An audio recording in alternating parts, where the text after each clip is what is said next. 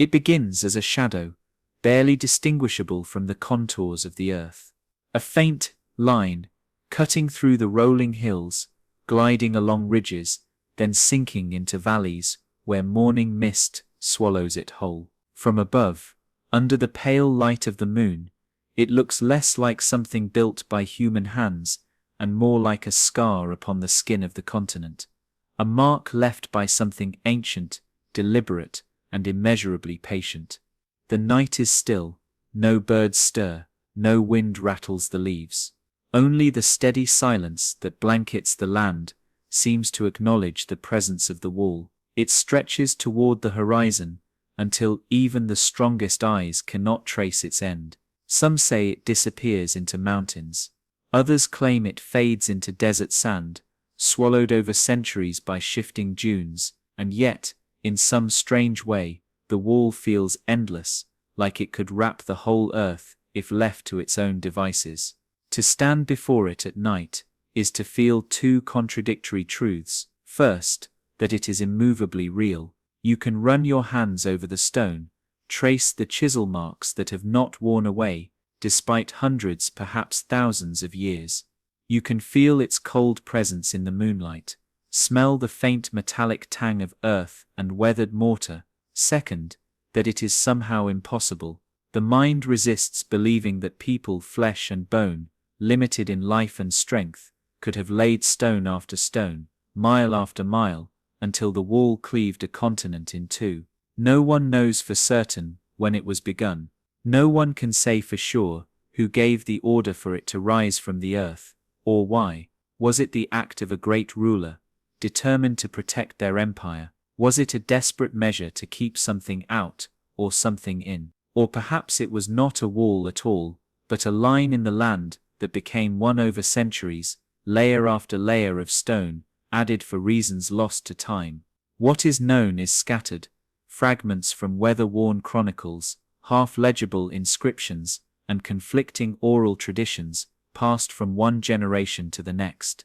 In one village, the elders speak of a war so long ago that its participants are remembered as shadows more than soldiers, and the wall as the single thing that ended it. In another, it is told as the work of gods, a divine boundary that humans dared to maintain long after the heavens turned away. Still elsewhere, it is not remembered as a protector at all, but as a prison wall, keeping a cursed people from walking the land again. The truth, if it exists in any single form, lies somewhere between these stories, or perhaps outside them altogether. There are places along the wall where moss and ivy have claimed every inch, softening the hard lines into a living green wave. In others, it remains bare, almost defiant, as though the stone refuses to give in to time's slow reclamation. Where rivers cross its path, the wall dips gracefully, with arches built to let water through, their reflections shimmering under the starlight. Where it meets the sea, the wall does not crumble into ruin, but ends in a solemn cliff, its last stones jutting like the teeth of an ancient beast facing the endless waters. Standing before it, you might notice how it changes the air itself. A breeze on one side does not seem to carry to the other. The sounds of night, owls rustling leaves, distant animal calls, shift subtly as you cross through a broken section. There is a quiet sense, hard to name, that this is more than architecture. It is a boundary not only of land, but of time, memory, and perhaps even the mind itself. Travelers, who have walked beside it, speak of strange feelings after a few days, dreams that blur into waking thoughts, moments when the wall seems to hum faintly under their fingertips, or when footsteps echo differently depending on the side they stand. Some report seeing lights far down its length, moving as if carried by unseen hands. Others hear voices, faint, unintelligible, like words carried on wind too weak to stir the grass. And yet, there is comfort here too. In the quiet hours before dawn, when mist drapes itself over stone and hill alike, the wall can feel protective. It becomes less a divider, and more a companion, a presence that has seen countless lifetimes pass, and will likely see countless more. No matter the storms, the wars, the shifting of borders, and the fall of kingdoms, the wall remains. It is a constant in a world that never stops changing. Perhaps that is the deepest mystery, not how it was built, or why, but how it has endured when everything else has faded. We will walk its length together in this journey, not in the haste of soldiers, or the measured steps of historians, but in the unhurried pace of the night listener. We will follow its course through forests and deserts, across rivers and mountains. We will pause to hear the stories whispered by those who live in its shadow, and the ones etched into stone by hands long gone. We will listen to the clash of history and legend, weighing fact against the weightless pull of myth, because in the end, the wall is not only a line across the land, it is a line across the human story, and every line, no matter how ancient or forgotten, begins somewhere and leads somewhere. Somewhere beyond the darkness, somewhere past the edge of what we think we know. It was the spring of my 31st year, when the rivers ran high with snowmelt, and the plains were painted with the green haze of new grass.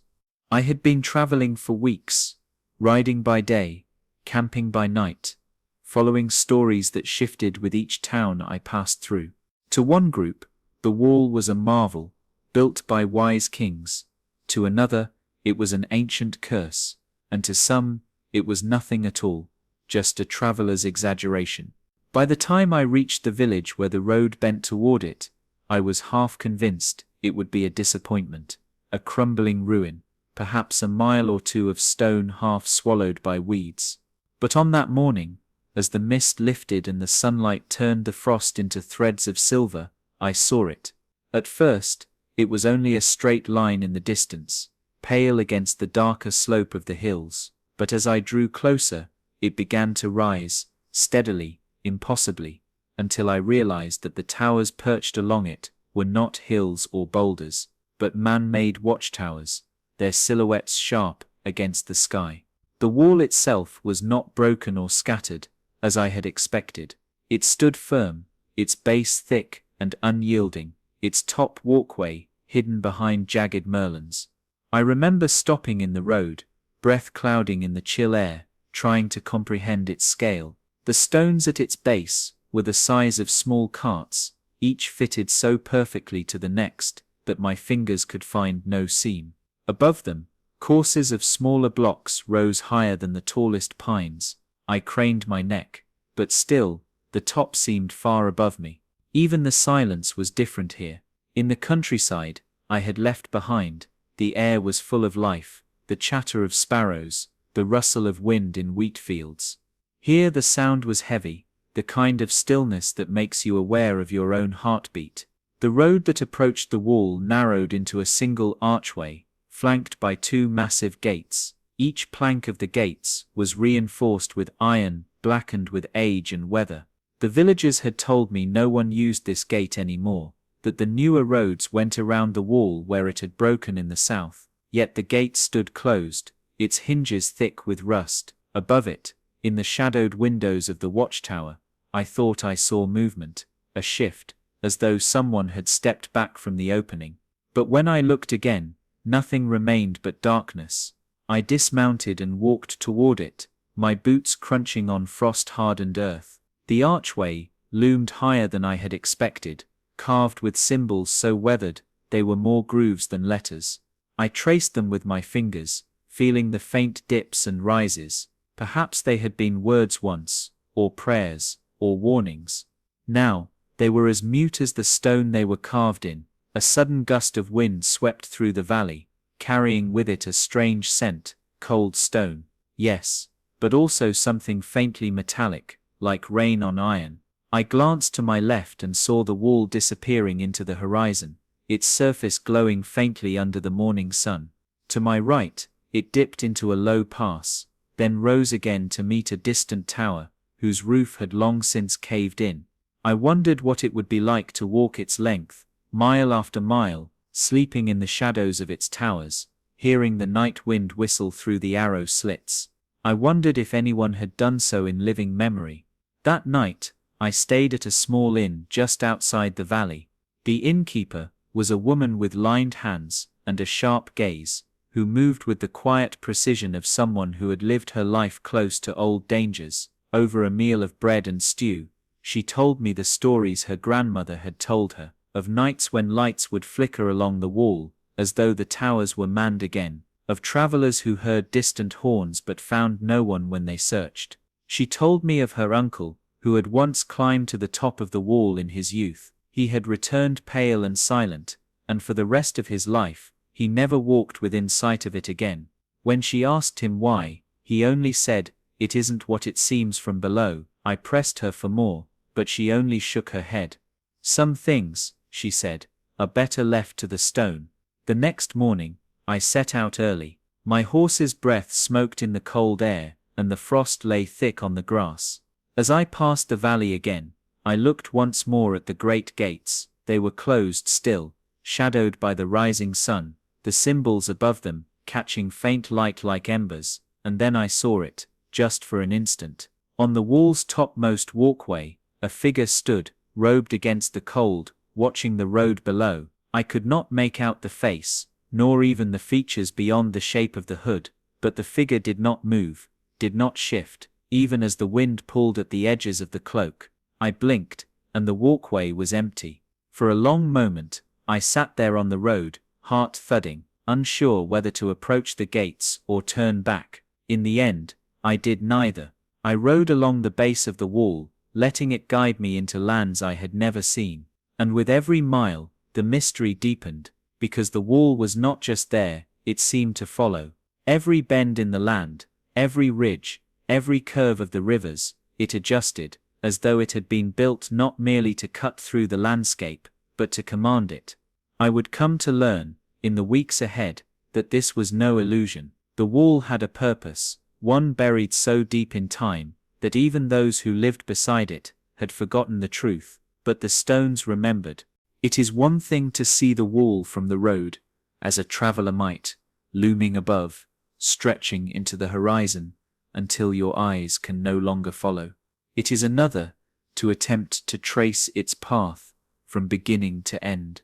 Maps have always struggled with the wall. Even the earliest parchment sketches, inked by traveling scholars and royal cartographers, show hesitation. The lines waver, double back, or fade into unmarked territory. Some scrolls depict it running straight as an arrow for hundreds of miles, while others bend and twist it, like a river, adjusting for mountains, lakes, and valleys. One strange set of charts even shows it breaking into separate fragments, each ending abruptly in open wilderness, only to begin again far away, like sentences scattered across a page. Standing upon a hill with the wall in sight, you might think it a simple thing to follow. But once you walk beside it, you learn the truth. The wall is patient, but not predictable. It snakes around natural features when it must, but sometimes it defies them, cutting across bogs, scaling sheer cliffs, even burrowing beneath hillsides, so that a traveler may lose it for a time before it rises again, silent and unbroken.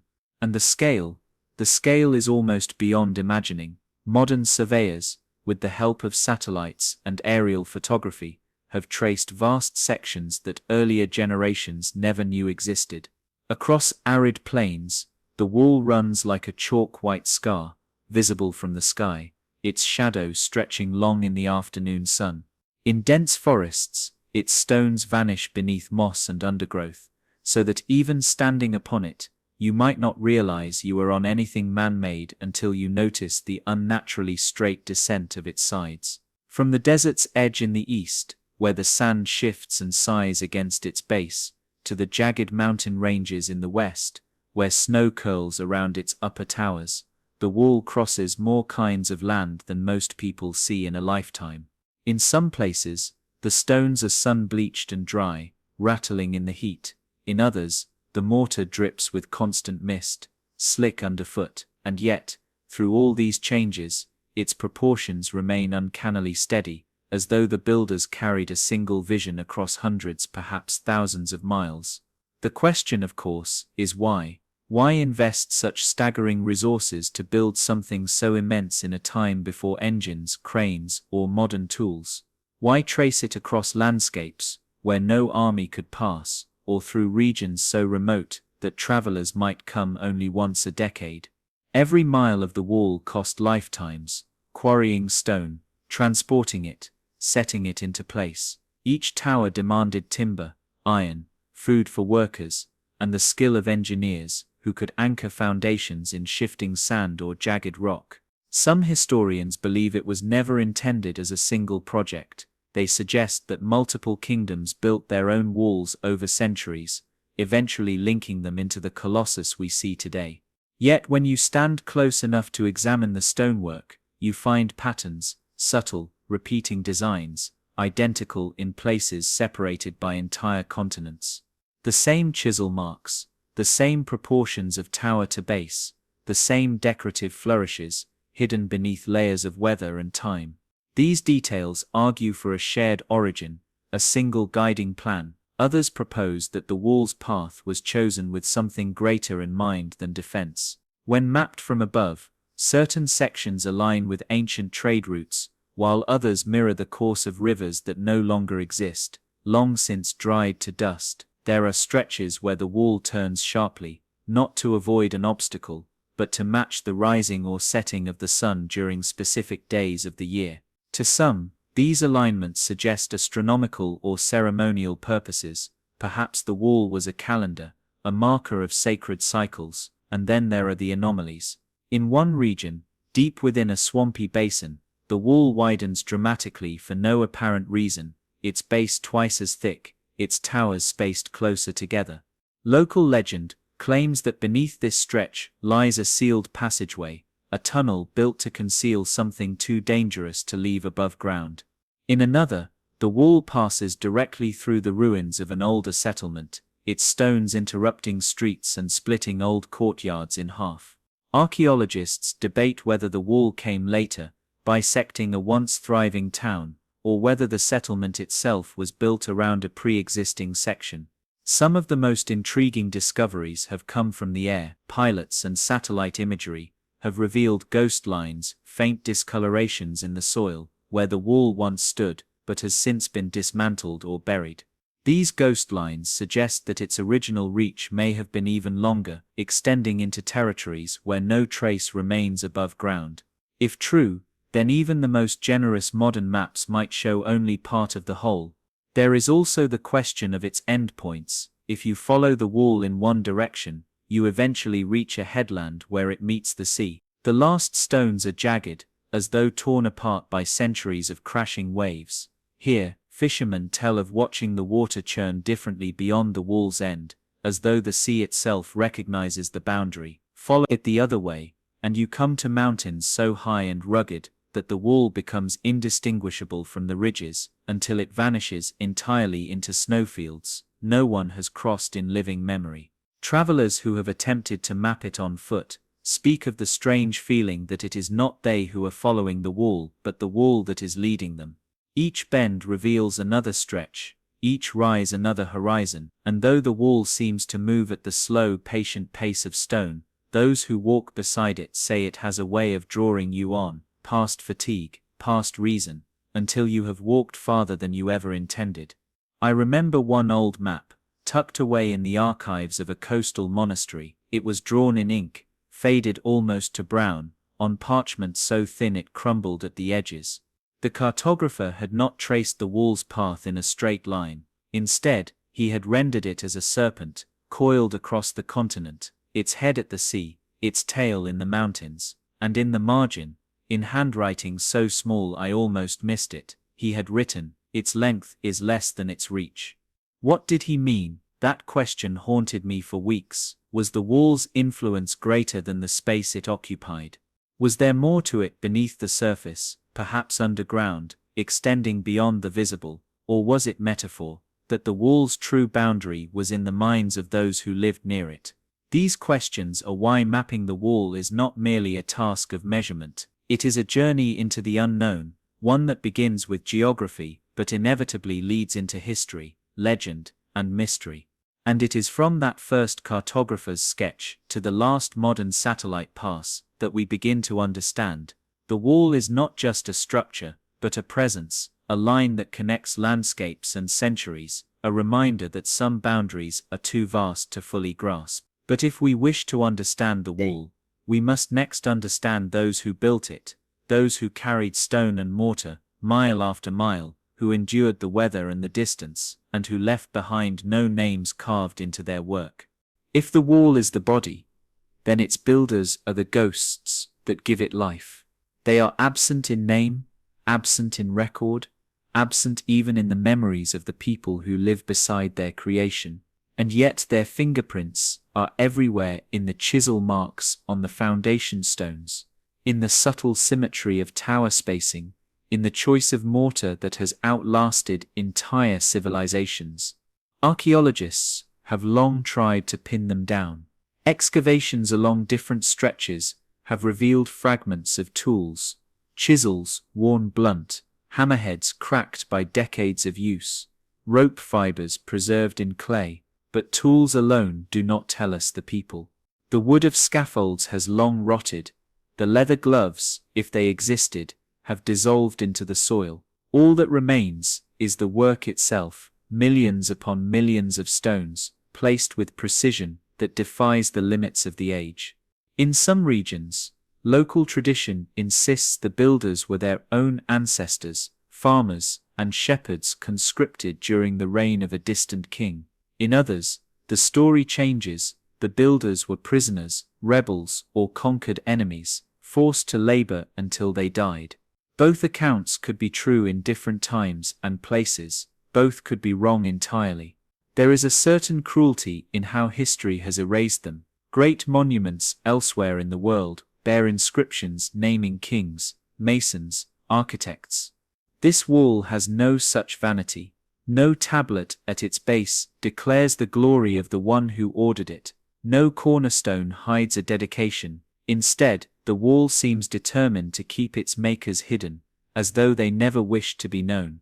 Some historians read this silence as evidence of a highly organized, possibly authoritarian state, one where individual credit was swallowed by the collective. Others take the opposite view, imagining a coalition of communities who built their sections without central leadership, united by shared need rather than a single ruler's will. Both theories have their allure, but then there are the anomalies. In a remote northern stretch, the stones change, not in shape or size, but in texture.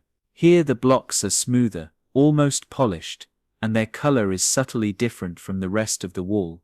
Microscopic analysis has shown they come from a quarry hundreds of miles away, one far less practical than the nearer sources. Why transport such heavy stone across such a distance unless it carried symbolic importance? In another section, the wall narrows dramatically, only to widen again several miles later. Archaeologists have found no evidence of later reconstruction.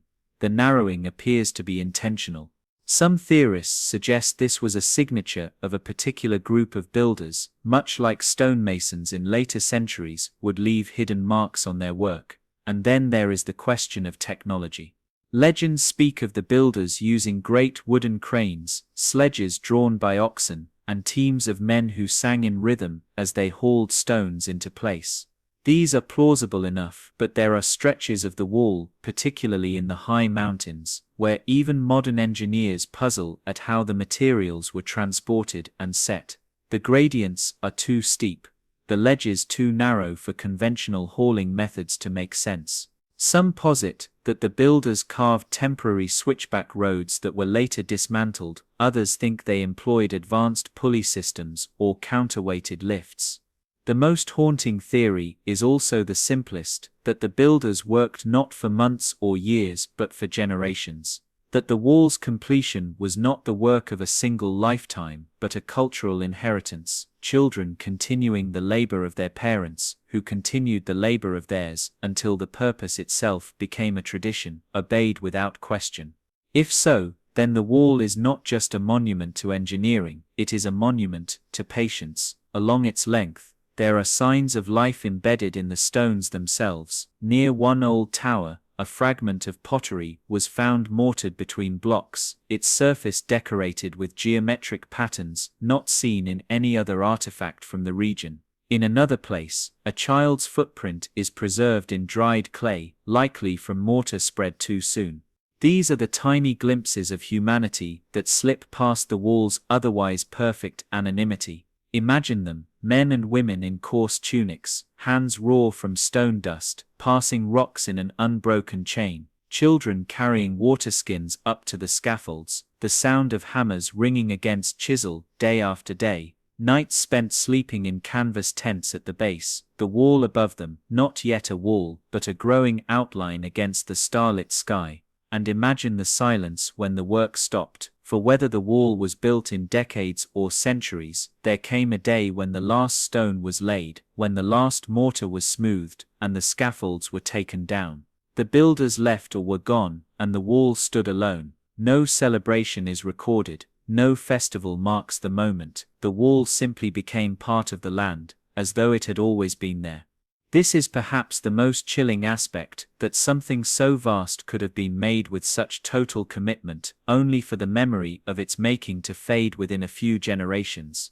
It is as if the wall itself swallowed the story of its birth, leaving behind only the bones of its body and the echo of its purpose. And yet there are whispers, ancient songs in a language no longer spoken, said to be the songs of the wall, petroglyphs far from its course, showing rows of figures carrying massive stones beneath a crescent moon, a half-ruined monastery, where the monks tend a codex claiming that the builders followed the shadow of the serpent. These scraps may be myth, or they may be fragments of truth too incomplete to decode.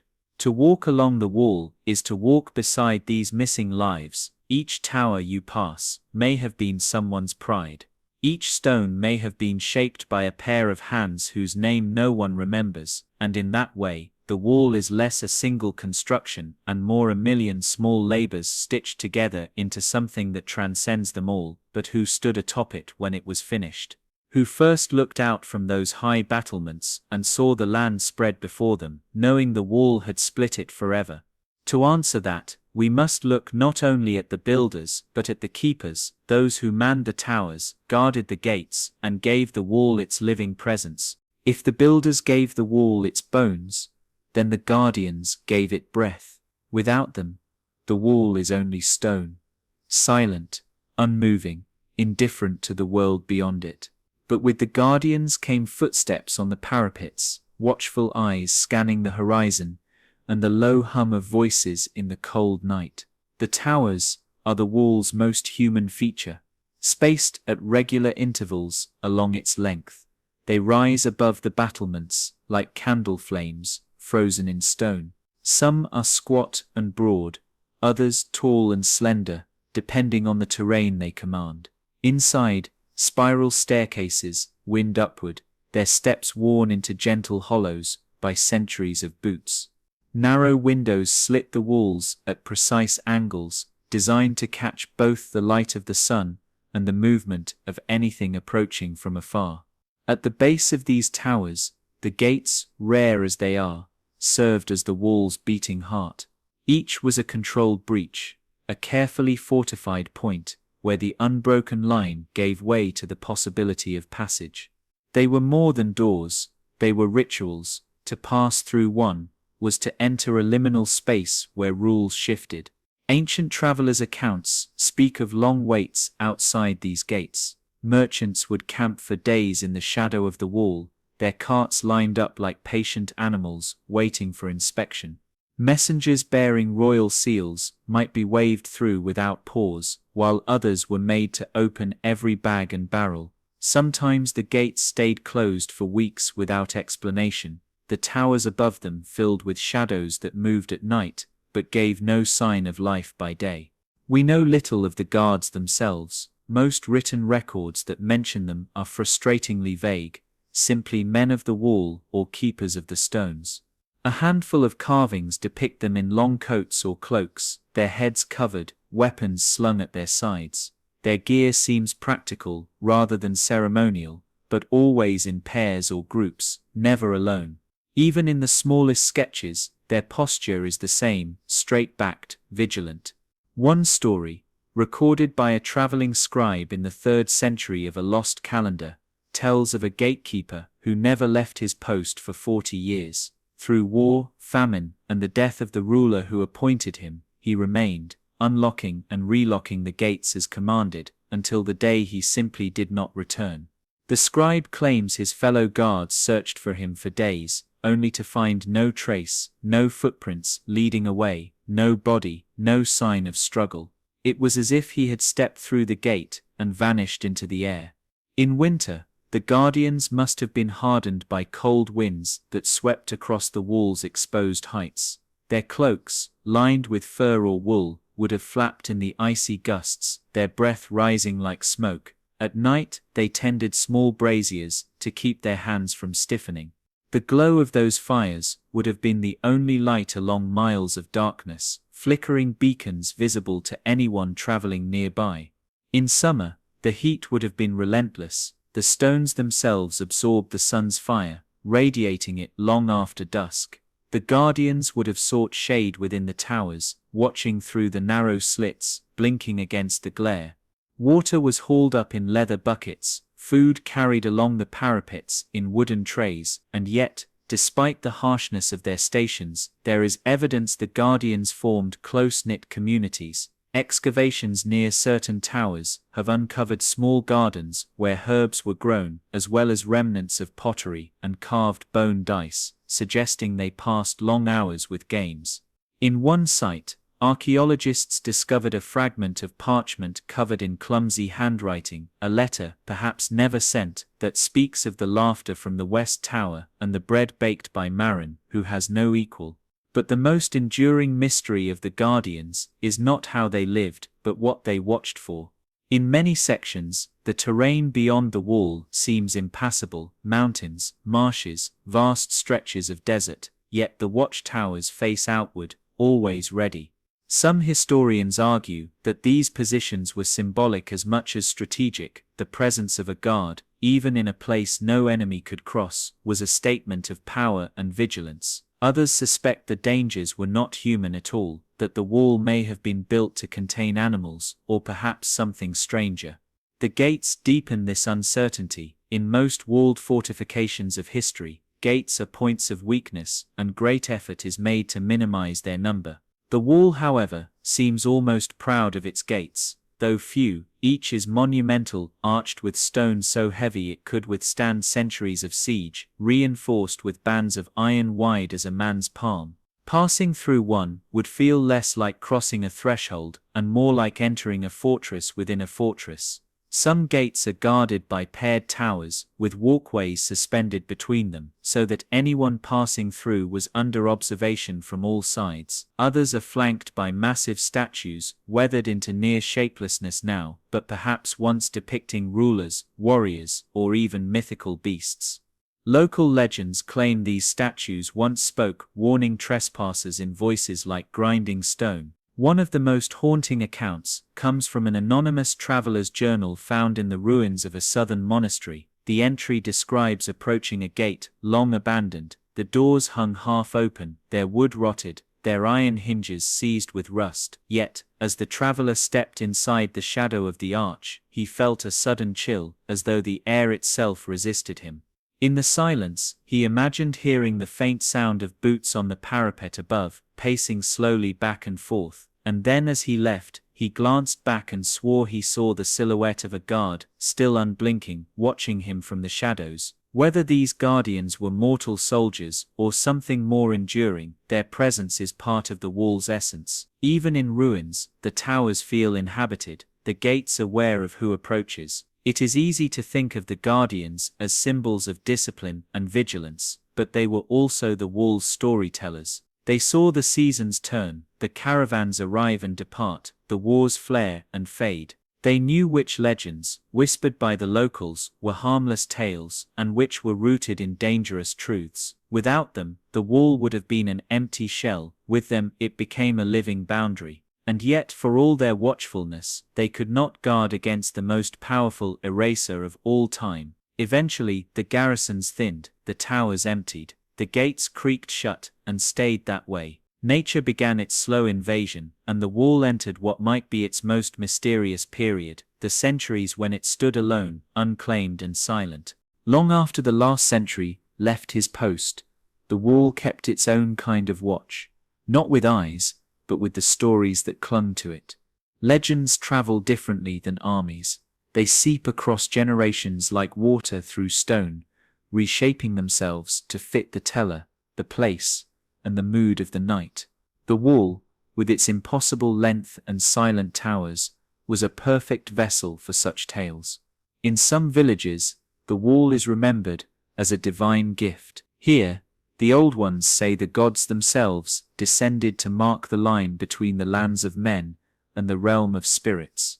The wall, they claim, was raised in a single night, each stone placed by hands that glowed with celestial fire. Its builders were not mortals, but messengers, winged, faceless, and vanishing at dawn. The stones, warmed by that holy touch, would never crumble, but travel far enough, and you will hear the opposite, that the wall is a curse, a binding chain forged to keep something in. In the wind-swept highlands, shepherds speak in hushed tones of the creatures beyond the stones, not animals, not men, but something in between. Their shapes are blurred in memory, but the stories agree on their eyes, pale, lidless, and shining even in darkness. The wall, in this telling, is a prison, and should it ever break in the wrong place, the prisoners will walk free again. Then there are the stories of the wandering gate. In certain seasons, usually when the moon is thin and the air is cold, travelers claim that a gate appears where no gate has ever stood. Those who pass through it find themselves somewhere else entirely, another valley, another country, perhaps even another century. Some return days later, with no memory of where they have been. Others are never seen again. The locals mark such nights with bonfires and loud music, hoping to confuse the wall into keeping its gates where they belong. Children's rhymes along the southern stretch speak of the stone singer, a figure who walks atop the wall on stormy nights. They say if you press your ear to the stone, you can hear her singing, softly, almost mournfully, in a language no one understands. The few who have claimed to hear her also speak of a strange change in the wind, the smell of salt, and the distant crash of waves, even hundreds of miles from the sea. In one fishing village, where the wall meets the coast, an even older tale is told. It says the wall does not end at the water's edge at all, but continues beneath the waves, extending into the ocean until it reaches the place where the deep is broken. Divers who have tried to follow its submerged path speak of an unnatural cold that seeps through their suits, and of hearing knocking sounds from the stone, as if someone or something were working on the other side. Not all the legends are grim. Some are tales of love and defiance. A popular story along the eastern plains tells of a young woman who fell in love with a guard stationed at the wall. Forbidden from crossing, she spent years leaving tokens, flowers, carved charms, letters at the base of the gate. When she grew old, the guard, still unaging in the story, finally descended from his post, lifted her in his arms, and carried her through the gate to a place where time did not matter. The gate closed behind them, never to open again. Other tales are strange, neither warning nor comfort. In the central forests, hunters speak of the shifting shadow, a section of the wall where the light never falls quite right. Walk past it in the morning, and it will be facing the sun. Return in the afternoon, and it will still be facing the sun, as though the stones have turned while you were away. These same hunters insist that animals will not cross this part of the wall, not birds, not deer, not even insects. Among traveling merchants, one story circulates like an unspoken superstition. They whisper of the night market, a gathering that appears without warning along the wall's length. Here, under the glow of hundreds of lanterns, traders in robes of deep blue sell wares unlike anything found in ordinary markets: salt that never melts, coins stamped with stars, knives that cut only shadow. The market disappears before dawn, and those who buy from it find their goods vanish within a month, leaving only the memory of the trade. Perhaps the most enduring of all is the legend of the first stone. According to this story, the wall began not as a grand project, but as a single block placed in the ground to mark a boundary between two rival tribes. The block was said to be carved from a rock that fell from the sky, heavier than it should be for its size. It drew other stones to it, as if the earth itself wished to complete the wall. Whether this is allegory or something stranger, no one knows, but there are still elders who claim they could lead you to the first stone if you were brave enough to see it. What makes these myths compelling is how they weave into the wall's physical reality. You can visit the wind-scoured highlands and see gaps that might have once held gates. You can walk the central forests and feel the strange hush in certain places. You can stand at the coast and watch the waves break against the wall's stubborn final stones. Each of these sites becomes proof to someone's version of the story, and then there is the wall's own voice. Stand close enough on a windy day, and you may hear a low resonant hum as the air moves through cracks and slits. To some it is just the sound of weather on stone. To others it is speech, a language too deep for human ears to decipher. In more than one culture, this hum is called the remembering, as if the wall itself is recalling the events it has seen. Scholars dismiss much of this as coincidence and imagination, but even the most pragmatic historian admits that no human-made structure survives this long without collecting a mythology. Myths, in a way, are their own form of preservation. When the names of builders and kings are forgotten, the stories remain, carried in the mouths of those who live in the shadow of the stones. Yet for all the richness of these tales, they cannot fully explain the wall's persistence. If it were only legend, it might have crumbled long ago. Something kept it standing, through storms, through wars, through centuries of neglect, and to understand that endurance, we must leave the realm of story for a time and return to history, examining how the wall was used, fought over, and altered in the ages when it was more than just a relic in the landscape. Legends may have filled the quiet centuries, but before the wall became a relic draped in myth, it had a working life, one marked by the rhythms of war and the lulls of uneasy peace. It was not always silent. In the earliest military records that survive, etched on thin metal sheets, written in scripts, now deciphered only in fragments, the wall is described not as an ancient mystery, but as a tool, a barrier, a weapon without a blade. Armies did not march over it, they marched along it, using its towers and gates to funnel the movements of friend and foe alike. The logic was simple: a wall that stretched this far could shape the battlefield without firing a single arrow. An invading force faced choices, all of them costly: attempt to scale it and meet the defenders high above, try to go around and spend weeks or months in detour, all while supply lines stretched thin. And for those unlucky enough to be trapped between the wall and an enemy force, there was no retreat, only the long shadowed expanse of stone at their backs. In times of war, the wall became a living thing. Signals flashed along its length, torches by night, mirrored sunlight by day, relaying messages faster than any rider could carry them. Runners darted between towers, their boots clattering on stone, carrying orders to reinforce weak points or open gates for allied troops. Archers took positions behind the battlements, their arrows tipped with fire or bronze, watching the dust plumes of advancing armies. The great gates, so solemn in times of peace, became the wall's teeth in times of battle. They could close in seconds, iron bars sliding into place with the weight of 10 men behind them. In sieges, boiling water or burning pitch might be poured from slots above, the same architectural features that in peacetime offered shade and vantage. One ancient chronicle tells of the summer of the 3 sieges, when rival kingdoms on both sides of the wall sought to take the same stretch of towers. The defenders, caught between 2 advancing armies, held out for months, using hidden storage rooms built deep within the wall itself. These chambers, stocked with grain, dried meat, and casks of water, allowed them to survive long after their attackers expected them to surrender. When relief forces finally arrived, the defenders emerged thin but unbroken, proof that the wall was more than a static structure. It was a fortress with depth and cunning. But the wall's history is not one of constant war. In many periods, it served more as a boundary of governance than a military front.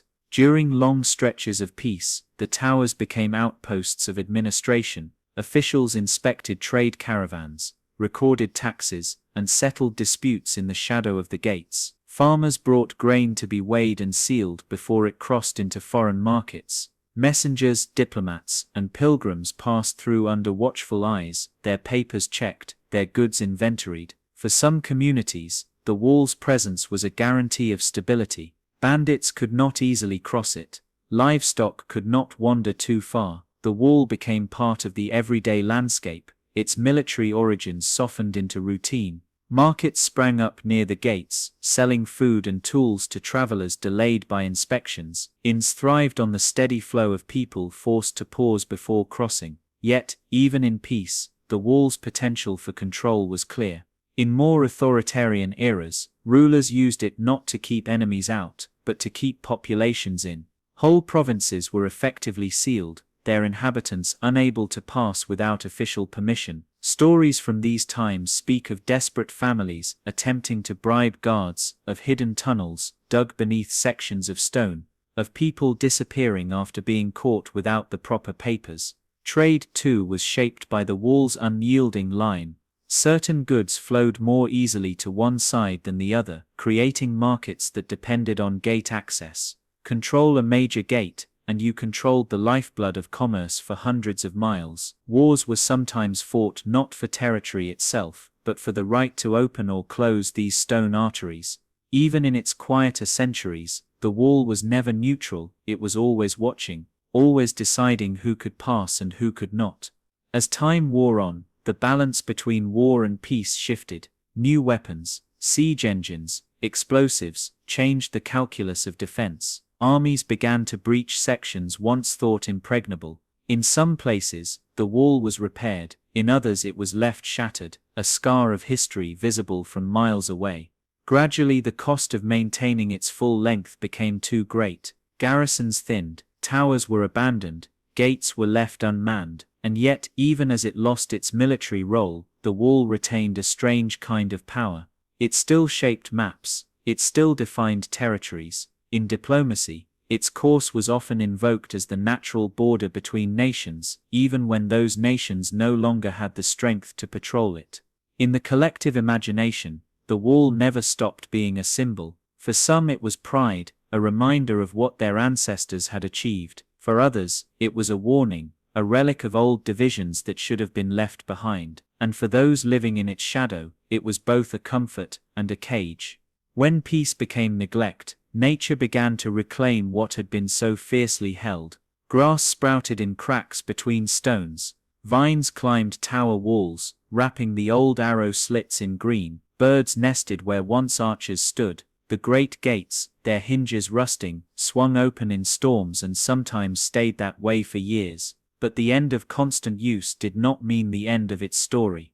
Because in the centuries that followed, the wall would enter a new and quieter chapter, the silent centuries, when it became less a tool of kings, and more an unclaimed monument, a thing that simply was, enduring in its own stillness. That is where our path leads next, into the long stretch of time when the wall stood alone, without armies or orders, yet still somehow alive in the memory of the land.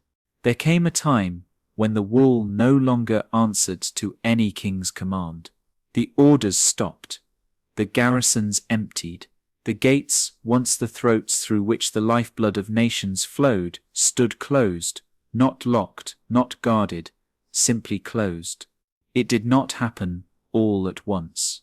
First, the distant stretches were abandoned, the places so remote that even in wartime they saw little action. Then the smaller towers went dark, their braziers cold, their stairs collecting dust. Trade routes shifted toward easier crossings, and the flow of people through the gates thinned to a trickle.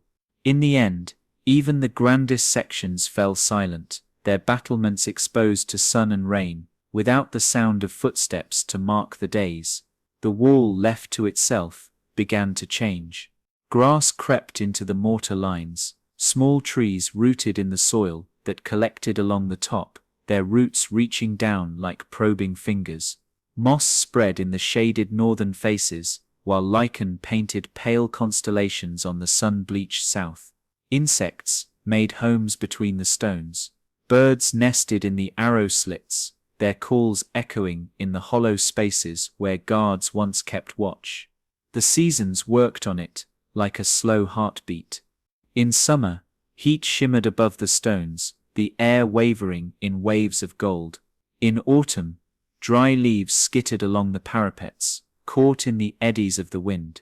Winter wrapped the wall in ice, locking it in a frozen stillness, and in spring, meltwater trickled down its sides, polishing the stone like tears. Without human voices, the wall began to speak in its own language, the creak of a gate in a storm, swinging against rusted hinges, the sigh of wind through broken battlements, the distant thud of a dislodged stone falling to the ground after centuries of balance. To those rare travelers who passed by, it seemed less like a ruin and more like a living being in hibernation, breathing slow, dreaming deep. It was in these centuries that the wall passed fully into legend. Children born in its shadow saw no soldiers, no bustling markets, no patrols of armor and torchlight. They grew up thinking of it not as a man-made defense, but as part of the earth itself, as fixed and eternal as the mountains or rivers. Stories replaced records, myths replaced names, the wall's origin became as distant as the stars. Yet the wall did not crumble entirely. It endured, even without caretakers, as if some quiet will held it together. Storms lashed it, frost cracked its surface, roots pried at its seams, and still it stood, leaner in places, weathered but whole enough to trace from horizon to horizon. Now and then, strangers appeared, a lone rider crossing the empty fields, a wandering monk seeking solitude in a tower, a band of merchants trying an old route to avoid new taxes. They left little behind, but footprints, and the wall returned to its silence. It is tempting to think of these centuries as a void, a blank between chapters, but in truth, they were not an absence, they were a transformation. The wall shed its role as a tool of human intention and became something else entirely, a witness, a listener, a canvas on which each season painted a new and fleeting pattern.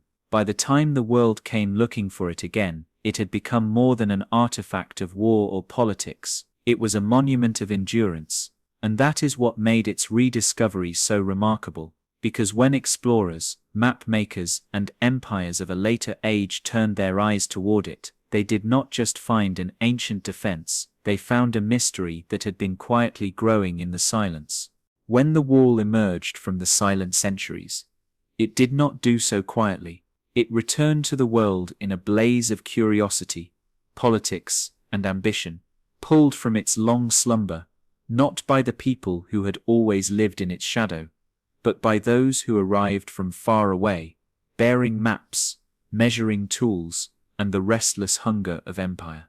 The first recorded rediscovery is a strange thing, for of course, the wall had never truly been lost. Local communities had always known it was there. How could they not? It was part of their landscape, a silent neighbor that marked the edge of fields and cast its shadow across their mornings. But for the growing colonial powers of the 17th and 18th centuries, it was something else entirely. A marvel, a potential prize, and perhaps even a key to controlling vast lands. In the journals of early European travelers, the first encounters are often tinged with disbelief. One merchant turned amateur cartographer described it as a serpent of stone, older than all the kingdoms here, winding across the land as though it were the spine of the world. He sketched it with exaggerated curves and towers, his inkwell blotted by the jostle of the road. His map, though inaccurate, became a curiosity in salons back home, where armchair explorers debated whether such a thing could even exist outside of legend. Exploration parties soon followed, dispatched by crown and company alike. They came with surveyors, chains, sketchbooks, and small cannons for protection. Their official aim was to map the wall, but their true purpose was to assess its strategic value. Could it serve as a ready-made boundary for colonial claims? Could its towers be repurposed as outposts, its gates as customs checkpoints for taxing trade? Some expeditions were respectful, recording local stories and noting the variations in stonework from one region to another. Others treated the wall as an abandoned asset, taking stones for roadwork, pulling iron from old hinges, even dismantling sections to build garrisons. In a few places, locals resisted, repairing breaches under the cover of night, not out of loyalty to the wall's builders, but because they feared what might come through if it were left open. It was in this period that the first serious attempts at measuring its full length began. The early estimates varied wildly. Some claimed it spanned 300 miles. Others swore it crossed half the continent. Most expeditions gave up before completing even a quarter of its course, deterred by rough terrain, hostile weather, or the quiet but firm refusal of certain villages to grant passage. One particularly ambitious survey, funded by a wealthy nobleman with a passion for antiquities, lasted nearly 2 years. The team recorded not only the wall's visible stretches, but also the ghost lines where foundations or collapsed rubble hinted at a lost continuation. Their final report claimed that the wall's original reach was more than double what remained standing. Though later scholars questioned this figure, the suggestion alone added to the wall's mystique. The rediscovery era was also a collision of narratives. Local oral histories, fluid, symbolic, and adapted to each generation, met the rigid frameworks of Western historiography, with its demand for singular causes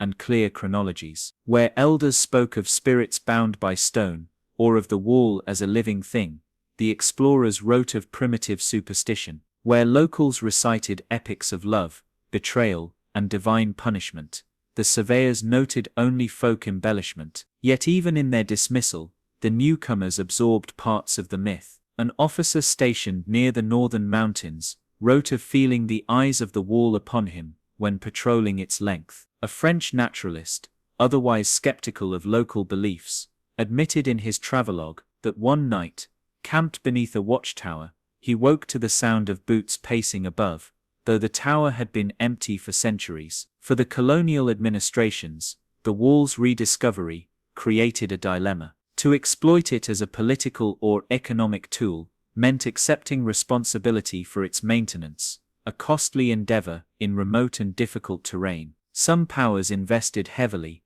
rebuilding key gates and establishing small garrisons in strategic stretches. Others claimed the wall in name only, using it as a line on a map while letting it crumble in the field. By the early 19th century, the wall had become both a subject of academic fascination and a backdrop for imperial theater. Artists painted romanticized panoramas, solitary horsemen dwarfed by endless battlements, sunsets bathing the stones in gold. Writers spun travelogues that blended fact and invention, weaving in hints of treasure hidden within sealed chambers or tunnels running beneath the length of the wall. Meanwhile, scholars began to quarrel in earnest over its origins. Competing theories, each backed by expeditions, artifacts, and selective readings of ancient inscriptions, split the academic world. Some insisted the wall was the work of a single unified empire. Others argued it was a patchwork of smaller walls stitched together over centuries. A few suggested, controversially, that it might have been built for reasons entirely unrelated to defense, ritual, astronomy, or even the containment of something now lost to history. One thing was clear: in the age of empires, the wall was no longer just a local landmark. It had been drafted into the service of larger ambitions, its silent stones made to bear the weight of foreign dreams. And yet, for all the measurements and maps, the rediscovery could not strip the wall of its mystery. The explorers brought new eyes to it, but not complete understanding. In their sketches and writings, we see the same mixture of awe and uncertainty that has always clung to its name. It is in this space between documentation and enigma that modern theories would take root. The rediscovery period, for all its arrogance and appropriation, left behind a vast trove of records, artifacts, and contradictory testimonies. These became the raw material for the debates that continue to this day. And so, with the wall once again part of the known world, attention turned from where it was, and how long it stretched, to the deeper question: why was it built at all? That question, as we shall see next, opens the door to a tangle of possibilities, some plausible, some fantastical, and some deliberately misleading. The first and most enduring is the defensive theory, the notion that the wall was built as a fortress, pure and simple. Its length, its gates, its towers, its arrow slits, these proponents argue, are the fingerprints of military design. In this telling, the wall was the shield of a great empire, raised to hold back invaders from the north, south, east, or west, depending on whose history you read. Supporters point to the heavy gates, the reinforced foundations, and the vantage points that give defenders a wide field of vision. To them, every stone whispers of war. But the defensive theory has its cracks. Why does the wall extend into regions so inhospitable that no invading army could cross them? Why are there sections with no towers at all, or gates where there should logically be none? Why do some of its highest and most fortified stretches guard nothing but barren plateau? The second camp proposes the border control theory. This is less about war and more about governance, marking territory, regulating trade, and controlling migration. In this model, the wall is a kind of ancient customs office, stretched to the horizon, where goods could be taxed and people could be monitored. It fits with the presence of large gates in economically significant areas, and with archaeological finds of storage rooms and administrative seals near some towers. Yet this too has flaws.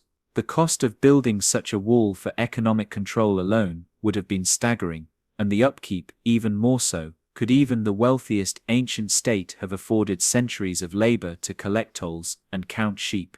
Then there is the ceremonial or ritual theory, a less practical but more poetic explanation. Here the wall is not primarily about defense or control, but about meaning. It is a line drawn across the earth for symbolic purposes, to mark a sacred boundary, to follow a celestial path, to echo the journey of the sun or stars. Advocates point to certain alignments, sections that match the solstices, or towers that fall along lunar sightlines. In this light, the wall becomes a kind of terrestrial calendar or map of the heavens, a work of devotion rather than protection. This idea appeals to the imagination, but it leaves a problem unsolved: why the enormous expense in places where no alignment exists? If the purpose was purely ceremonial, why not build markers at key points instead of a continuous barrier? And then there is the most unsettling theory of all, the containment theory.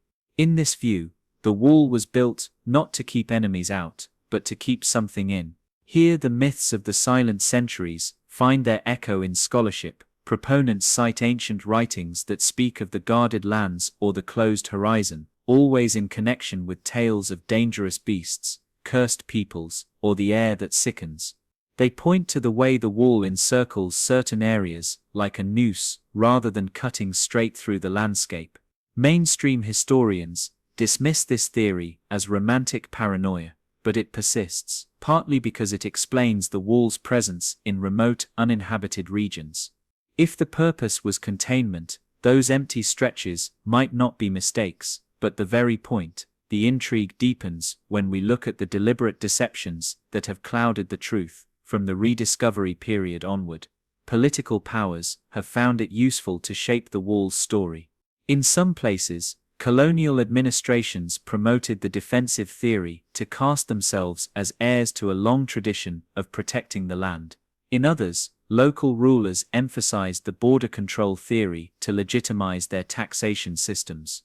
In rare cases, both narratives were used, alternating depending on who was listening. Artifacts have mysteriously disappeared from dig sites, sometimes reappearing in private collections, other times vanishing altogether. Certain inscriptions reported in early surveys are absent from modern records, raising suspicions that inconvenient evidence was quietly removed. A handful of scholars have even accused governments of staging finds, planting weapons, armor, or ceremonial objects to reinforce their preferred narrative. And then there are the maps. Comparing 18th century surveys with modern satellite images reveals curious inconsistencies. In some cases, entire stretches of wall shown in older maps are absent today, not simply eroded, but gone without trace. Were these errors in early cartography, or has someone removed sections since? The opposite occurs as well. Modern scans reveal foundations where no historical record acknowledges any wall at all. The murkiest deception of all may be the false origins hypothesis, the claim that much of what we see today is not original, but a reconstruction from a later era, built to imitate the ancient style for political or symbolic purposes. If true, this would mean the wall's story is split in two, the tale of the original builders and the tale of those who sought to mimic them centuries later. The latter might have altered or erased features that could have revealed the wall's true function. Even in the absence of foul play, the search for answers is complicated by the sheer volume of conflicting evidence.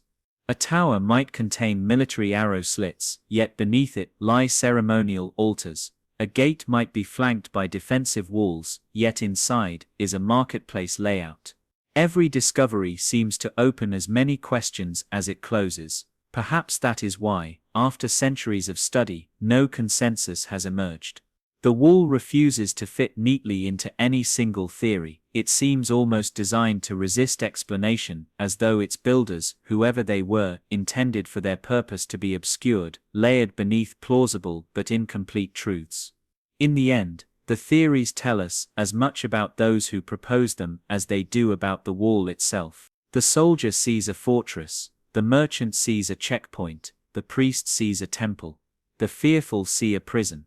But there is one more realm in which the wall hides its answers. Beneath the earth, sections long buried under soil, sand and forest remain untouched, their secrets sealed away. In recent decades, new tools, satellite imagery, ground-penetrating radar, have begun to reveal what lies hidden, and what they have found is enough to suggest that much of the wall's story is still underground, waiting. That is where we go next, into the buried stones, where time has hidden not just the structure but perhaps the truth itself. If the visible wall is the face the world knows, then the buried wall is its secret heart. For every tower that stands in plain sight, for every gate that still frames the wind, there are stretches hidden away, submerged in dunes, swallowed by forest, or entombed beneath centuries of soil. It is not hard to imagine how they disappeared from view. A single storm can shift enough desert sand to hide a courtyard. A century of leafall can pile soil over a wall until only the treetops remember where it runs. Rivers change course, flooding one side of the structure while burying the other in silt. Time does not destroy evenly. It covers, disguises, and protects. For centuries, these buried sections were the realm of rumor. Shepherds spoke of their sheep vanishing into stone troughs that turned out to be half-buried watchtowers. Hunters stumbled across patches of ground where the grass grew in strange, perfect lines, later revealed to be the ghosted outline of foundations just beneath the surface. Locals sometimes unearthed carved blocks while planting crops, using them as steps, door lintels, or grinding stones, never guessing they were part of a wall older than their village. It was only in recent decades that the true scale of the hidden wall began to emerge. The first hints came from the sky. Aerial photographs, taken in the dry season, revealed subtle changes in color and texture, where buried stone altered the soil above it. These crop marks, invisible to a traveler on the ground, stretched in long straight lines that seemed too precise to be natural. Then came the satellites, their sensors peering beyond the visible spectrum. Infrared imaging detected heat patterns in the land, stone retaining warmth differently than soil, tracing paths no map had shown. Ground-penetrating radar followed, sending pulses into the earth and reading the echoes that came back. In some cases, it revealed entire chambers sealed beneath dunes, rooms with intact doorways, staircases leading down, alcoves that might once have held tools or statues. One such discovery, in a remote desert basin, astonished even seasoned archaeologists. Here, under 20 feet of sand, lay a section of wall perfectly preserved, its stones still sharp-edged, its mortar solid. It curved not in the straight, utilitarian manner of most sections, but in a great arc, as if enclosing something. Within the arc, the radar suggested the presence of smaller structures arranged with deliberate symmetry. Were they watchtowers, temples, or something stranger? The excavation has yet to begin, the logistics are daunting, the climate unforgiving, and the funding uncertain, but the images alone have fueled speculation. The buried wall also tells us something the standing wall cannot, that its course may have shifted over time. In some places, underground sections run parallel to the visible wall but hundreds of yards away, suggesting that older lines were abandoned and replaced. In others, they veer off entirely, leading into areas where no above-ground remains exist. It is as though the wall's history is not a single fixed line but a series of edits, a palimpsest written in stone, and yet, perhaps the most haunting thing about the buried wall is its silence. Above ground, the wind and the rain speak through the stones, birds and insects claim them, plants weave around them. Underground, there is only stillness. The air trapped in those sealed chambers has not moved for centuries. The dust inside is the dust of another age. To enter such a space is to step not just into a room but into the moment it was last sealed. There is a temptation to see these hidden sections as holding the final answer, the inscription that will name the builders, the artifact that will prove the wall's true purpose. But history has a habit of resisting easy conclusions. What lies beneath the sand may solve one mystery only to uncover another. Still, the buried wall changes the way we think about what remains. It reminds us that what we see now is not the whole, only the parts the land has allowed us to see. The rest waits in darkness, untouched, unchanged, holding its own counsel. And as we bring our eyes back to the surface, to the sections still standing against the sky, we must ask, what does the wall mean in the present day, when it is no longer a frontier of war or a tool of empire, but a relic, and yet still a presence, in the lives of those who live beside it? That is where we go next, into the modern world, where the wall's shadow falls not on armies and kings, but on tourists, preservationists, and the quiet rhythms of daily life. Today, the wall stands, not as the unbroken sentinel it once was, but as a patchwork of survival, some stretches proud and towering, others reduced to stony ridges, barely taller than a man. Yet even in this fractured state, it remains one of the most recognizable lines in the landscape. To those who live in its shadow, it is no longer a military boundary or an imperial project. It is simply there. A neighbor, a landmark, a quiet constant. Farmers in the highlands use its base as a windbreak for their crops. Children climb its lower stones in games that echo battles their ancestors once fought for real. Shepherds guide their flocks through gaps in the structure, marking the seasons by which side of the wall the grass grows greener. But the wall is also a stage on which the modern world's contradictions play out. In some regions, it has become a celebrated heritage site. Governments have cleared vegetation from its stones, reinforced crumbling towers, and laid visitor paths along its parapets. Tourists arrive in buses, their cameras catching angles of the wall against dramatic skies. Local guides, some trained historians, others storytellers with deep family roots in the area, lead them through the gates, pointing out chisel marks, faded carvings, and places where the wind hums through the arrow slits. Souvenir stalls sell miniature bricks, postcards, and bottles of wall dust sealed in glass. The preservation efforts are uneven. In well-funded areas, restoration work uses careful reversible techniques, ensuring that new mortar can be distinguished from the old. In poorer stretches, repairs are improvised, cement poured over ancient stone, or modern bricks used to patch gaps, altering the wall's profile. In remote places, no restoration happens at all, and the wall's decline continues unchecked.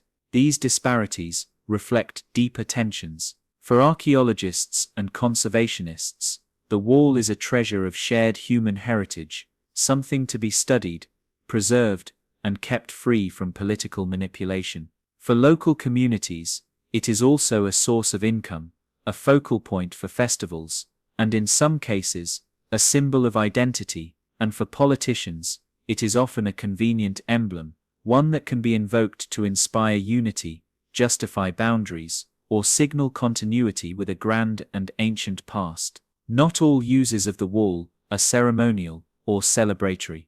In certain border regions, it has been pressed back into service, not against ancient armies, but as part of modern security infrastructure. New fences run alongside its stones, surveillance cameras perch on its towers. In some cases, soldiers once again patrol the length, their presence a reminder that even the oldest walls can be pulled into the present disputes. This duality, heritage and tool, relic and instrument, gives the modern wall an uneasy life. It belongs to history, but it is still in play.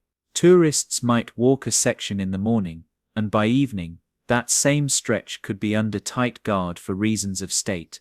Then, there is the wall's quieter role, one that happens away from the bus tours and the news cameras. For some it is a place of contemplation. Writers and artists come to sketch it, to feel the cool of its stones, to let their imaginations run along its length. Spiritual seekers treat it as a place of pilgrimage, walking mile after mile in silence, tracing its course as a meditative act. In certain villages, wedding processions still pass under its gates, the old belief lingering that crossing beneath its arch ensures strength and endurance in marriage. The modern wall has also become a site of scientific interest in ways its builders could never have imagined. Climate researchers study the lichen on its stones to track shifts in air quality over decades. Botanists note how certain plant species cling to the shaded side of the structure, thriving where they cannot elsewhere in the region. Engineers examine its foundations for insights into ancient construction techniques that have allowed it to withstand earthquakes better than some modern buildings. Yet, for all this new attention, the wall's relationship with those who live closest to it is complicated. Preservation laws sometimes limit how locals can use the land near the wall, or forbid the removal of stones that have long been part of their homes or fences. Tourism can bring income, but also disruption. Crowds in narrow lanes, drone cameras buzzing over quiet courtyards, and while some welcome the renewed interest, others see it as intrusion, a reminder that the wall draws the eyes of outsiders more than it meets the needs of those beside it. Still, there are moments when the old and new lives of the wall seem to meet. At night, when the visitors have gone, the electric lights near restored sections cast a soft glow along the battlements, echoing the torchlight of centuries past. In the mountains, where no preservation crews ever come, the moon does the same, tracing silver lines over stones that have stood in darkness for 1,000 winters. In those hours, the wall's purpose, whatever it was, seems less important than its presence. It has endured wars, neglect, and the slow pressure of nature.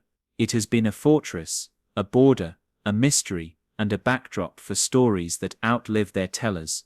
In the modern world, it is all of these at once, and none entirely, but for those who still walk beside it, whether in the hum of daytime crowds or the hush of a cold dawn, the wall remains what it has always been, a line drawn by human hands, stretching farther than the eye can follow, refusing to yield entirely to time. And when the sun goes down, and the wind rises, some still say they hear things, faint voices in the dark, footsteps where no one walks, the echo of horns blown long ago. These whispers, whether real or imagined, remind us that the wall is not just stone, it is memory made solid. In the next chapter of our journey, we return to those whispers, to the ghost stories and night watches that have kept the wall's legend alive into the present day, carrying the same unease and wonder that once haunted its silent centuries. When daylight fades, and the last of the tourists leave, the wall belongs to its shadows again. In the hours between dusk and dawn, it resumes an older life, one that has little to do with gates, garrisons, or preservation projects. In villages along its length, people still tell the night stories. Some are only for children, safe frights meant to keep them from wandering too far after sunset. Others are not told so lightly. These are for adults, spoken in low voices over dim firelight, where the tellers sometimes glance toward the wall, as if to check they are not overheard. One of the most common tales is that of the watcher who does not move. Travelers walking the wall by moonlight report seeing a lone figure on the parapet, cloaked and still. At first they think it is a night guard, until they realize there are no guards anymore. The figure never shifts, never turns, but those who keep walking say that somehow in the next stretch of wall it appears again, still watching. In some versions, the figure vanishes as soon as you try to approach. In others, if you pass directly beneath, you hear the faint sound of boots pacing above. There are also the horn calls, on windless nights, when the air is clear and the stars sharp. A deep note will echo along the stone, low, resonant, fading into silence. Some say it is the wind moving through the gates, others insist it is the call to arms of the wall's long-vanished garrisons. A few believe the horns are not calling defenders but warning travelers to turn back. In the central forests, hunters speak of the lantern line. They describe a faint string of lights moving along the top of the wall, each one appearing in sequence as if carried by invisible hands. The lights never descend, never cross the gates. In one account, a hunter followed the lights for miles before realizing they were leading him away from his camp and deeper into the dark, toward a part of the wall where the stone was slick and cold to the touch, as though it had been raining, only there. The coast has its own spectre, the tidekeeper. Fishermen who sail near the point where the wall meets the sea tell of seeing a woman standing on the final stone, her dress whipped by the wind, her hair pale against the night. She appears only at low tide, and only when the moon is new. They say she counts the waves, 1, 2, 3, and when she reaches a certain number, she steps into the water and vanishes.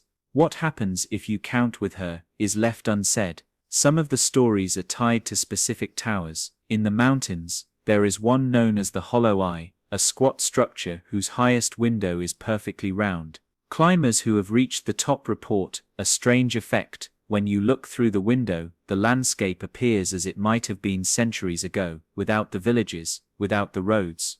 In rare cases, they say you can see movement, an army on the march, a caravan approaching, or figures atop the wall who should not be there.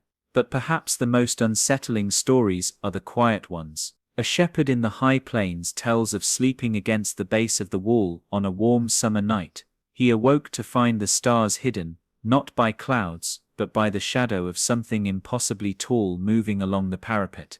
It passed without a sound, yet the air felt charged, like the moments before lightning strikes. The next morning, he found his flock scattered and restless, refusing to graze near the wall for days. And then there are those who speak of the breath. This is not seen or heard so much as felt. On certain nights, when the wall is silent and the air perfectly still, a slow exhalation seems to come from the stones themselves, a warm, steady gust that smells faintly of dust and something metallic. Stand too long in it, they say, and you will dream of places you have never been, and wake with the memory of stone under your hands. Skeptics dismiss all of this as the predictable result of a massive, ancient structure inspiring the human imagination. The watcher is a trick of light, the horn calls are wind and echo, the lantern line is phosphorescent insects or distant campfires, the hollow eye is coincidence, the breath, a shifting of air through hidden cracks, and yet the stories persist. They persist because even those who laugh at them will not walk certain stretches of the wall alone at night. They persist because some of the accounts come from people who had no reason to invent them, seasoned guides, military patrols, scientists conducting fieldwork, and they persist because the wall itself, in its long history, has been a place of so much human presence, joy, fear, hope, grief, that perhaps it is inevitable that something lingers.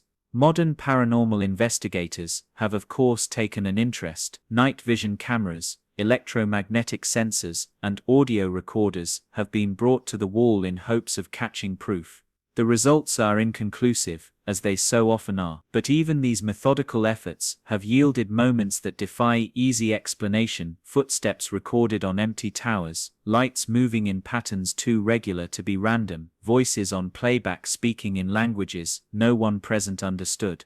For the most part, the locals tolerate these ghost hunters with mild amusement, warning them to stay clear of certain stretches, not because it's haunted, one elderly farmer once said with a wry smile, but because some things here don't like to be asked too many questions. The ghost stories serve another purpose, too. They keep the wall alive in the imagination. They remind those who live far from it that it is more than an old ruin, that at night, when the world is quiet, the wall's stones are still listening, still remembering, and if the wall remembers, what else might it hold? Our next step is to weave these threads, fact, myth, history, and personal witness, into a broader understanding of the wall as something more than a structure, a living palimpsest carrying every layer of its past at once. That will bring us to our next chapter, the threads through time that connect the builders, the guardians, the wanderers, and the dreamers across centuries, yet along the same unbroken line.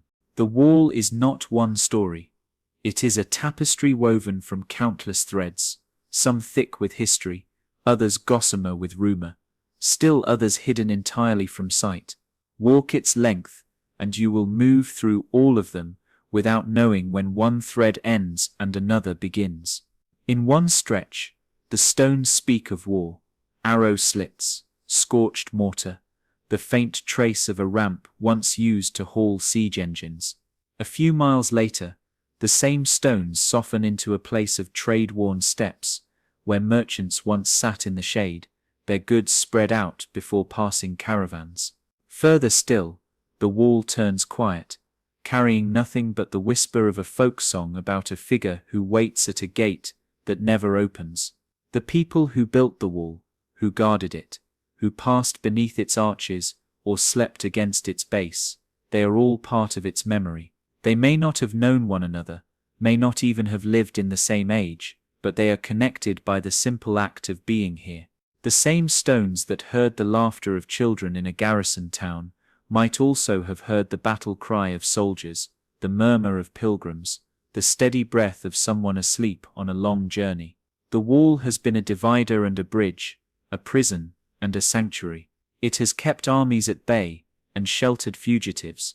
It has marked the edges of kingdoms and the meeting point of cultures. In this way, it defies the simplicity of a single purpose. Every attempt to define it leaves something out, because the wall is not only what it was built for, it is also everything that has happened to it since. Even now, its stones hold the imprint of countless hands, a mason smoothing a block into place, a guard leaning on his spear as he scanned the horizon, a traveler tracing the carved symbol on a gate, wondering what it meant, a child running fingertips along the cracks in the mortar, feeling the warmth of the afternoon sun. And in these small, almost invisible moments, the wall becomes less an artifact and more a witness. It has watched the rise and fall of rulers, the shifting of borders, the slow turn of seasons into centuries. It has outlived those who made it, those who fought for it, those who feared it, and those who loved it. In some places, the past feels close enough to touch a fragment of pottery in the dust, a faint carving on a stone. These are not just relics, but echoes. Stand still long enough, and you might feel the past pressing against the present, like two pages of a book laid one over the other, their words bleeding through. And perhaps that is the truest nature of the wall. It is not a single story told in order. It is all the stories at once, layered and intertwined, with no beginning and no end, only the line that runs through them. This is why the wall endures in the imagination, not because it answers questions, but because it holds them, not because it tells us what to think, but because it lets us wander between certainty and wonder. In a sense, everyone who walks beside it becomes part of its fabric. The tourist taking a photograph, the historian measuring a tower, the child skipping stones along its base. Even the listener hearing about it now is joining the long chain of those who have carried the wall in their minds. And so, as we step toward the final stretch of this journey, we carry with us all those threads, war and peace, fact and legend, silence and voice. In the epilogue, we will not try to untangle them. Instead, we will look at the wall as it is now, and as it has always been, a line across the land and across the human heart. At the end of this journey, the wall stands, as it always has, long, silent, and unknowable. We have walked beside it, in the heat of battle, and in the hush of neglect, under the scrutiny of historians, and in the lantern light of legends. We have followed it through forests and deserts, along cliff edges, and into the sea. We have looked up at its towers, and imagined the eyes that once looked down from them. And yet, for all of this, the wall has kept its core secret. Perhaps that is why it endures in our minds as much as in the landscape, for a mystery is not weakened by time, it is deepened. Stones crumble, mortar cracks, but the unanswered question remains as sharp as ever. There is a truth. The wall will not give us a name, a purpose, a reason. And maybe that is the point, because in the absence of a single truth, the wall becomes a mirror, reflecting back whatever we bring to it. To the soldier, it is strength. To the merchant, it is opportunity. To the pilgrim, it is a threshold. To the exile, it is a barrier. To the dreamer, it is a line that draws the imagination ever onward. But there is another wall, one that runs through each of us. It is built of memories, guarded by the gates we open or close, shaped by the things we allow to pass, and the things we hold back. We each carry our own dividing lines between what we show and what we hide, between the parts of our lives we protect, and the parts we share freely. In this way, the wall that stretches across a continent is not just a relic of stone, but a reminder of how deeply we live with boundaries, seen and unseen. Some protect us, some confine us, some we choose,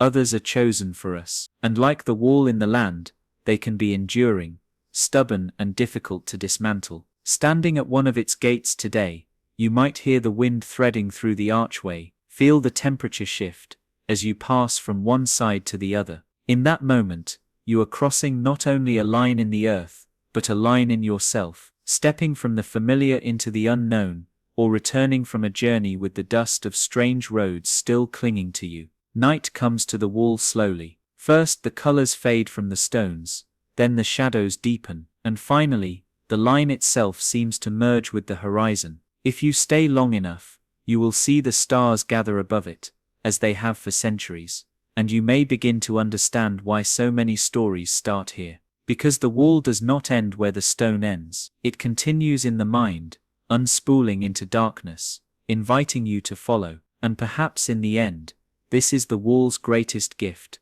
not the answer to why it was built, but the space it gives us to wonder, to imagine the lives that touched it, to feel the weight of history, without the need to hold it all at once. Long after we leave it, the wall stays with us in the curve of a path we take without thinking, in the instinct to pause before a closed door, in the quiet awareness that something vast and ancient can exist without our full understanding. So we leave it as we found it, standing in the land and standing in our minds, a line that stretches farther than the eye can follow, farther than the maps can measure, a line that divides, connects, protects, and tempts in equal measure. A line that, for all its silence, still speaks to those who will listen. And if, on some distant night, you find yourself near its stones, pause, lay your hand against them. Listen for the wind, watch for the lights along the parapet. You may hear nothing, you may see nothing, but you will know you are standing on the threshold of a story older than any one voice, one that still waits patiently for the next traveler to walk its length.